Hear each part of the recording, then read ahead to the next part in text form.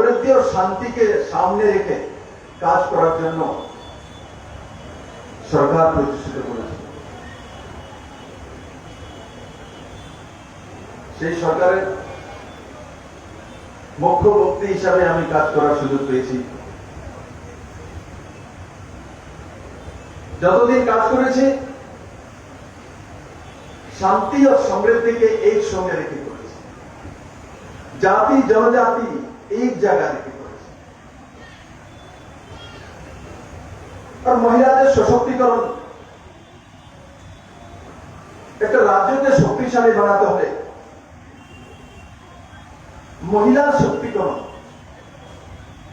মহিলা স্বরোজগারী, এটা সর্বোপরি।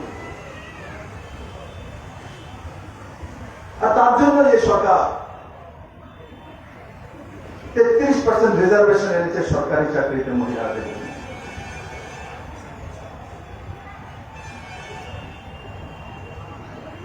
তাতে মহিলারা যখন স্বরোজগারী বেশি হবেন তখন রাজ্যের লাভ হবে। আমরা যারা পুরুষ আছি আমাদের একটা স্বভাব আছে, মহিলাদের একটা স্বভাব আছে। ভারতীয়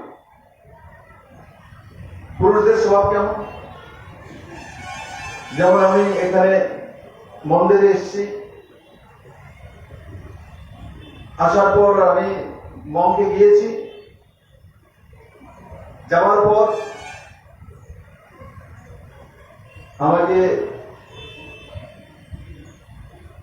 কি দেওয়া হলো? ক্যান্ডেল দেওয়া হলো জ্বালানোর জন্য, দীপ জ্বালালাম। তারপর আমাকে প্রসাদ দিল।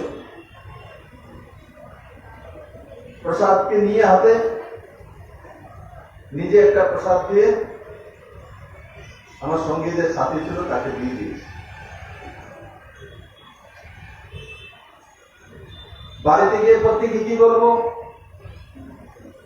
যে আমি বুদ্ধ পূর্ণিমায় কেন্দ্র করে সেখানে গিয়েছিলাম, উৎসব হচ্ছে, আমাকে মনকে নিয়ে গেছে, প্রসাদ দিয়েছে, প্রসাদ পেয়ে চলে এসেছে। আর যদি কোনো মহিলা হতো, যদি আমার মা হতো, আমার পত্নী হতো, আমার মেয়ে হতো, এখান থেকে প্রসাদ নিয়ে বাকিটা নিজের কাছে নিয়ে বাড়িতে গিয়ে মেয়েকে একটু দিত, ছেলেকে একটু দিত, আমাকে একটু দিত, শ্বশুর শাশুড়িকে দিত, যারা আছে সবাইকে বাটোয়ারা করে দেওয়া।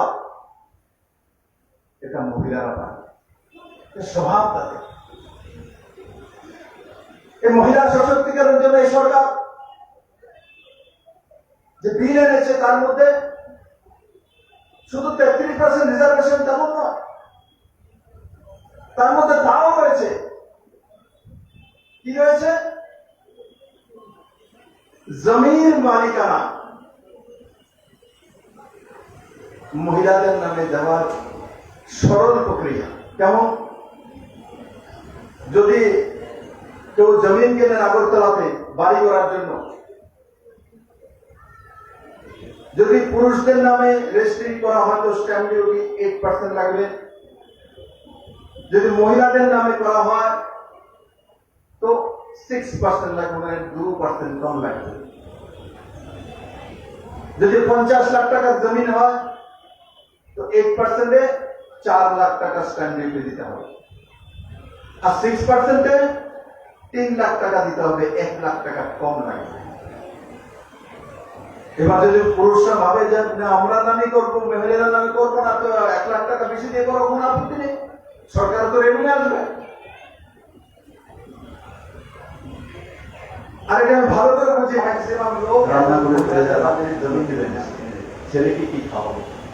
যখন মহিলারা জমি মালিক হবে তখন সে কিন্তু বিশ্রাম নেয় না, সে গিয়ে খাটে শুয়ে যায় না, এসি লাগিয়ে পা দাবানোর জন্য বলে, সে রান্না করে চলে যায় সবার অন্যের ব্যবস্থা করার জন্য। রাত্রিতে সবাইকে খাইয়ে সব ঘুমানোর পরে তারপর মহিলা ঘুমায়, তার আগে ঘুমায় না। সমস্ত লাইটগুলি সুইচ বন্ধ করার দায়িত্ব মহিলাদের।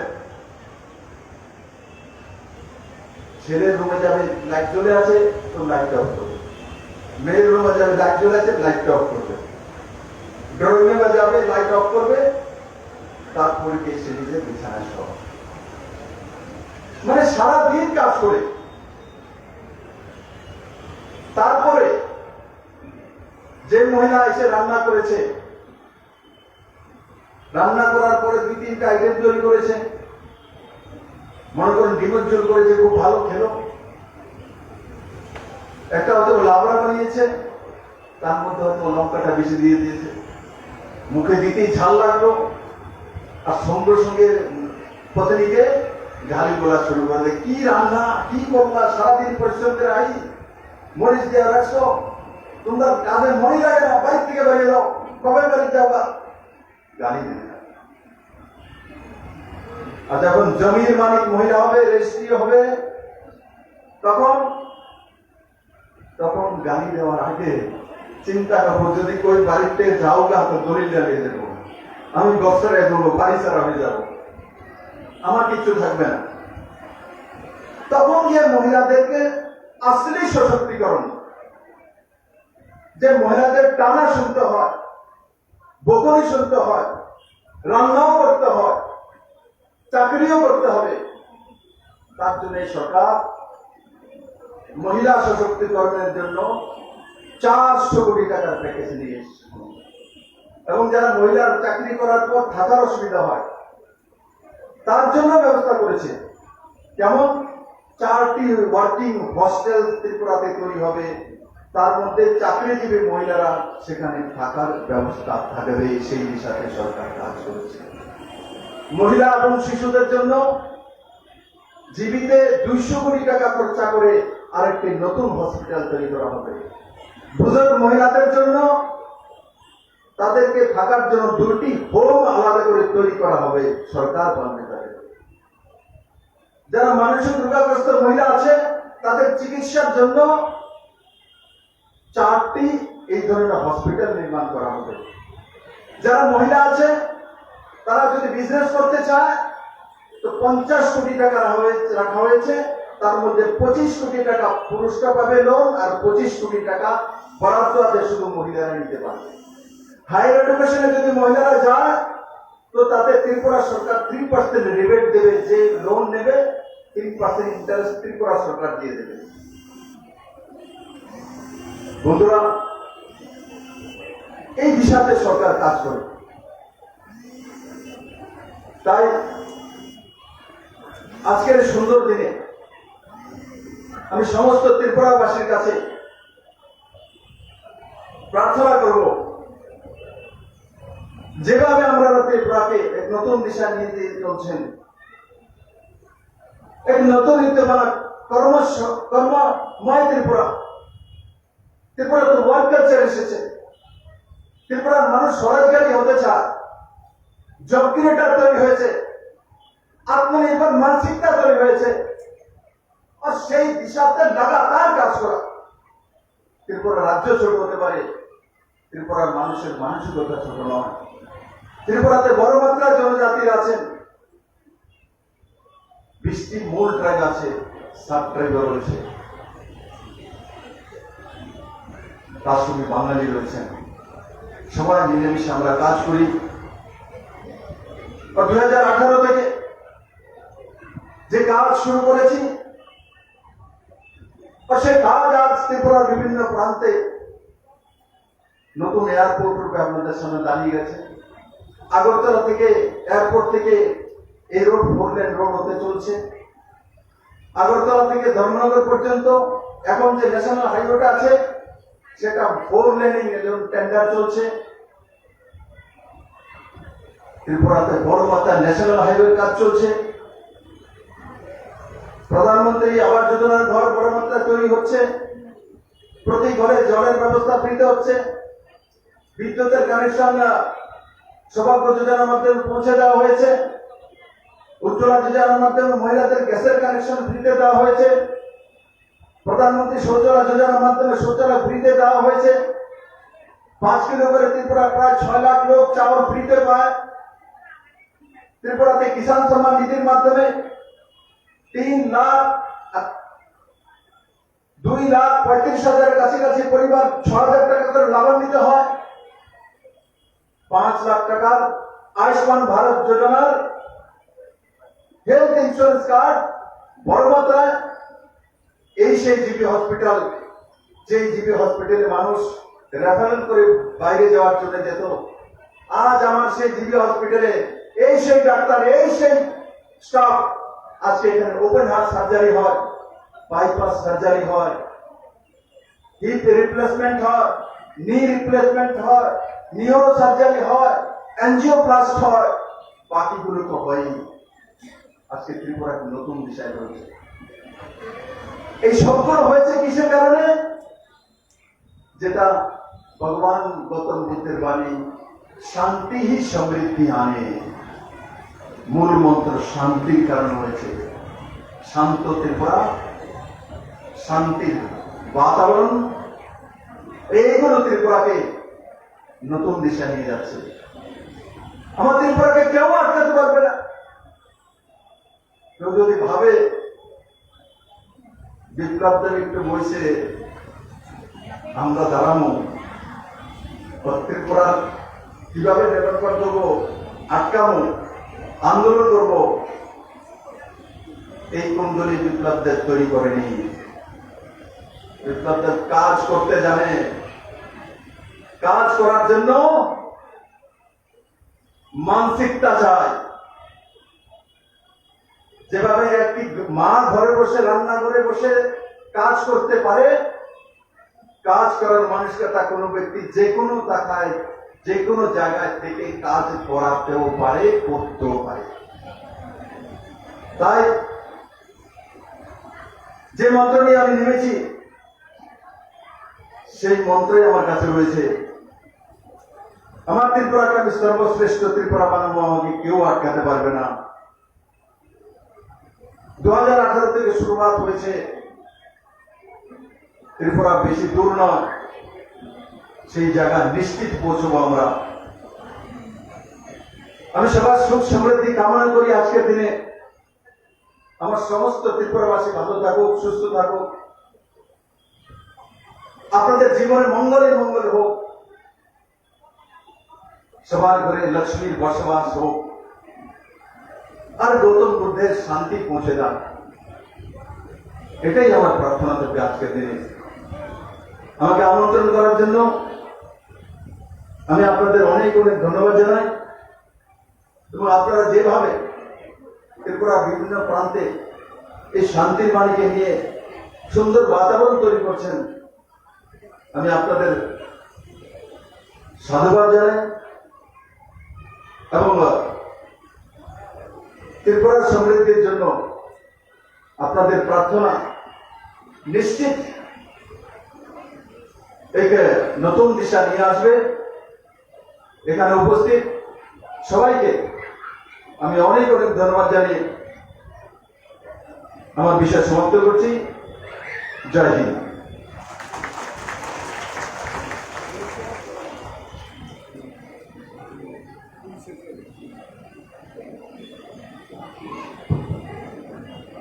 ধন্যবাদ স্যার, আপনার উপস্থিতি আমাদের আজকের অনুষ্ঠানকে প্রাণোজ্জ্বল করে দিয়েছে।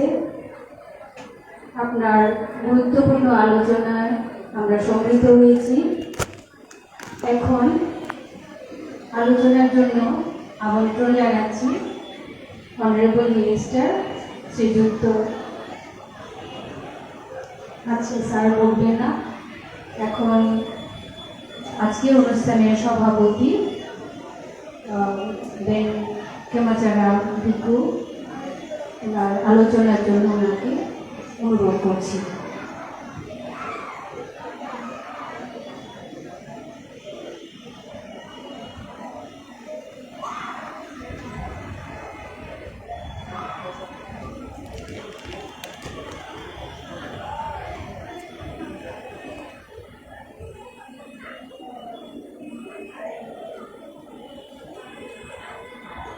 नमो तस्स भगवतो अरहतो सम्मा सम्बुद्धस्स।